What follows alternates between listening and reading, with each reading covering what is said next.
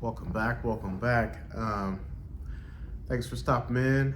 Glad you guys are checking in today. I just wanted to give a quick give some thoughts out, on, just the market as a whole. But before we do that, please don't forget to like, subscribe, and to share and tell a friend. Really appreciate it. The channel in the last few days has really seen some good growth. We're about to cross the threshold of 100, so I'm super excited about that. If you haven't noticed, a little bit of a different background here. As most of you know, I am actually in the real estate industry, and it's really cold today, so I decided to shoot this video real quick to get my thoughts off in one of our vacant office spaces. So anyway, if you enjoy that, please let me know. There'll be more of that content as we progress along in the channel. But no, I just want to talk about a few things, couple thoughts, get some thoughts off. But one thing, 2025, I am working on putting a podcast together. So really excited about that. Just to have some good conversations with people who are entrepreneurial mindset and looking to get after it. And I think the unique approach I'm going to take is, and this won't be every case, of course, but it's going to be people that are on the pathway, people who necessarily haven't arrived yet, but are on their way to, financial freedom and success. So stay tuned for that. More of that coming. And then I wanted to just get some thoughts off on the state of the economy and what's going on with it, because there's a lot of moving parts happening right now all at one time. So it could be a little bit tricky. But let me start off by saying this first. You're hearing a lot of things about these companies that are going bankrupt and who are, excuse me, I'm still battling a little head thing here. You're hearing a lot of companies go into bankruptcy, and there's a lot of fear mongering around that. Here's the thing. For a long time, there was cheap money, meaning like to get debt cost really low. So a lot of these, they call the term for them would be zombie companies, meaning like they're already dead. They had a bad business model to begin with, like your Big Lots and, you've seen your dollar stores and things of that nature. A lot of those closing up, Dollar General. The business plan was bad because what happened? Inflation happened, and there wasn't a lot. You can't get much for $1 these days. So that's why you're starting to see at the dollar store a lot of things that are $1.25, and they have to raise their prices and things like that to stay afloat. So this is nothing to be worried or panicked about, in my opinion, because these companies that you will see exit the system, those were companies that needed to exit a long time ago. I would even argue 5 years ago. Like Big Lots is not like a store that's going to be around to the future. It's just not going to happen, right? They're going to be extinct. And quite frankly, we need this flushing to happen out of the system because it'll create new growth, right? You don't want bad players in there. You want the bad players to get out because they're just sucking up resources. And this is honestly, a normal cycle, and I think because of the time and day and age we live in, a lot of people get freaked out about it, because if you're old enough to remember 2008, where we had massive layoffs and everything was going belly up and real estate was just in shambles. I remember being unemployed because in that time in my life, I was doing a lot of manufacturing. I did like machining and things of that nature. And that job went overseas like that, straight over to China. And I was unemployed for a very long time. And it was tough. It was scarce out here. I remember my friends were graduating college and working at Target. Like there was not a lot happening around that time. I was not in real estate at the time, but I was around a lot of people who were losing, a lot of businesses and things of that nature. Anyway, my point in saying all of that is that this is a time that we gotta flush out the bad companies who aren't gonna make it. And that's okay. We'll be fine. Now, my second part to this is, what should you do? Because I'm always a very practical person. I want to know what should you be doing. I'll tell you what I'm doing. It's not a secret. Because during these times, and to be honest with you, YouTube can be, you have to be very careful what you watch on YouTube.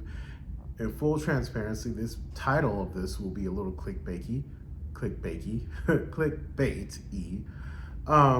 because that's the only way you'll watch it. Yeah. Unfortunately, I wish it wasn't that way, but it is. And we all know this. So instead of the doom and gloom, I want to give you some takeaways of what you could do to actually like shore up your household, because it's just getting harder and harder. The wealth gap is really widening, and it's just becoming challenging to try and save money every month. It's becoming more challenging to cut expenses every month. I mean, some people are going bare bones, really hard, especially when you have little ones.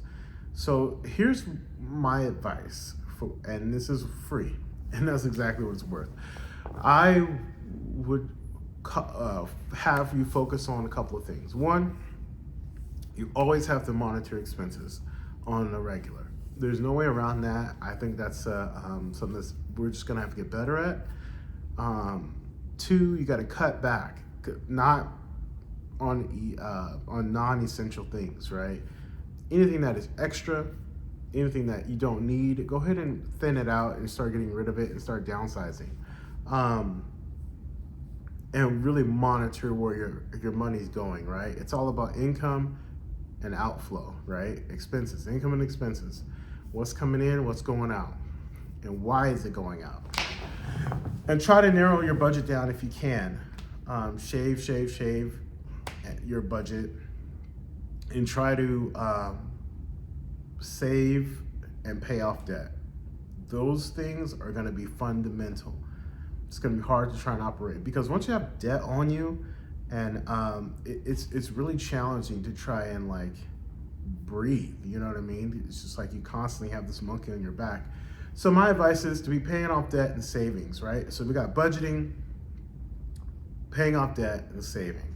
Not necessarily, I don't care what order you do it in, but just know those things have to be fundamental. The next thing I would do is try to generate income. Create a YouTube channel, social media, do whatever you got to do to drum up some income. At this point, this is all hands on deck. We got to start really good. I'm even myself trying to think about what I can do to get more income and to try and drum up some more business and things of that nature. Working a job, that's one source of income, right? And hopefully maybe you do start a YouTube channel or something like that. Obviously that's something that's going to take some time to actually get some resources from, but that's all things. Most things take time to build and to refine, and to get better and better and better. It's a skill. One area that I don't even know that I necessarily want to do it, but man, is it lucrative. I didn't realize how much speaking engagements pay out, which is another reason why I feel everyone should start a podcast and a YouTube channel. But here's a caveat. Have something you're actually going to talk about. Or if you're going to motivate people, motivate people. We don't need, well, I shouldn't say we don't need, but have something that can bring value to someone. Now, there's a lot of foolishness out there. There's a lot of people doing whatever to get your attention and fighting for your attention. This is my opinion. Now is not the time for foolishness. Now is the time for you to lock in and actually study your craft, learn how to speak, and learn how to be thoughtful and engaging. And so you can really get good at it, because in the beginning it's very uncomfortable. It's not something that it's not something that comes natural. It wasn't natural to me, still not natural. I'm working through it. I hope to get better. Hopefully you've seen improvement in my videos. And I want to, even the word I say a lot, but I'm trying. Just to constantly refine yourself and get better. And I think the better you can speak and the better you can on a subject that you're passionate about, like my passion is obviously real estate and financial freedom. And that's something that I want to refine and get better at, especially as time progresses. And hopefully you can see that progression in my videos that I bring I try to do 3 days a week. But anyway, just a food for thought. I think everyone needs a digital footprint that's some form of media, because we know, especially even based off this election cycle, how we had presidential candidates, now president-elects, that are going on podcasts. And not to say they will come on your podcast, but my point is that was a precedence that was set. So I think what that's set is, maybe you don't get the president, but maybe you get someone, you have curated an audience, and now that audience has given you some cachet on said subject, and you're gonna have the thought leader in that space come and sit with you for a conversation on your podcast, or you never know. Sky's the limit. My point is, this is an avenue that I think most people need to focus on and get good at in some form of media. Podcasting, YouTube, Instagram, whatever it is, you need to generate a following. I'm seeing so many influencers like get these brand deals and make a lot of money off one deal, and most of them have multiple deals. I'm talking like $80,000 for, a commercial, or a, signature shoe drop, or whatever. I think the money is still out there in marketing and advertising. I just don't think it's going to be in the traditional forms. So like, I don't think it's going to be in the form of TV commercials. I think you're still going to see commercials on TV, but now you're going to see them on YouTube. Look at the numbers that the Beyonce and the Super Bowl, Netflix was able to, not Super Bowl, but just the Christmas Day game was able to generate. That was a lot. I think it was 35 million, or I might be even low. That was 35 million viewers or something like that, which is crazy. So my point again, find a way to get into this media space. I'm doing it via YouTube, and 2025, my goal is to start that podcast. I can't tell you when, still in the early stages. I don't even have a name yet, but I'm constantly thinking about it. So anyway, that's a way you can generate income. Maybe not now, but maybe 4 years from now, you look back and like, man, I'm glad I was able to document my journey or my hobby or whatever it is, and find your audience and generate an income from it. YouTubers are making a lot of money out here, and have a plan for that money. If it's paying off debt, funnel it to debt. If it's saving for a down payment, do that. So that's just a few ideas and a few thoughts. But my overall message was, as the weeks and months that are going to go into 2025, you're going to see a lot of people talking about, economic crisis, downturn, this, we're going to hit a wall, and, oh, the sky is falling. Try not to focus on that. A lot of this, you're going to see bankruptcies. Bankruptcies are a part of our system. It's how we function. Same as inflation. Inflation is not a bug. It is a feature. That's why you buy real estate and wait. You don't wait to buy real estate. You buy real estate and wait. So anyway, I didn't want to make this video too long. I got to get out of here. I got to go brave the elements to get home. But have a great weekend. Hopefully everyone had a wonderful holiday and headed into the new year. And yeah, please like, subscribe, and comment. Appreciate you guys. Take care. Bye.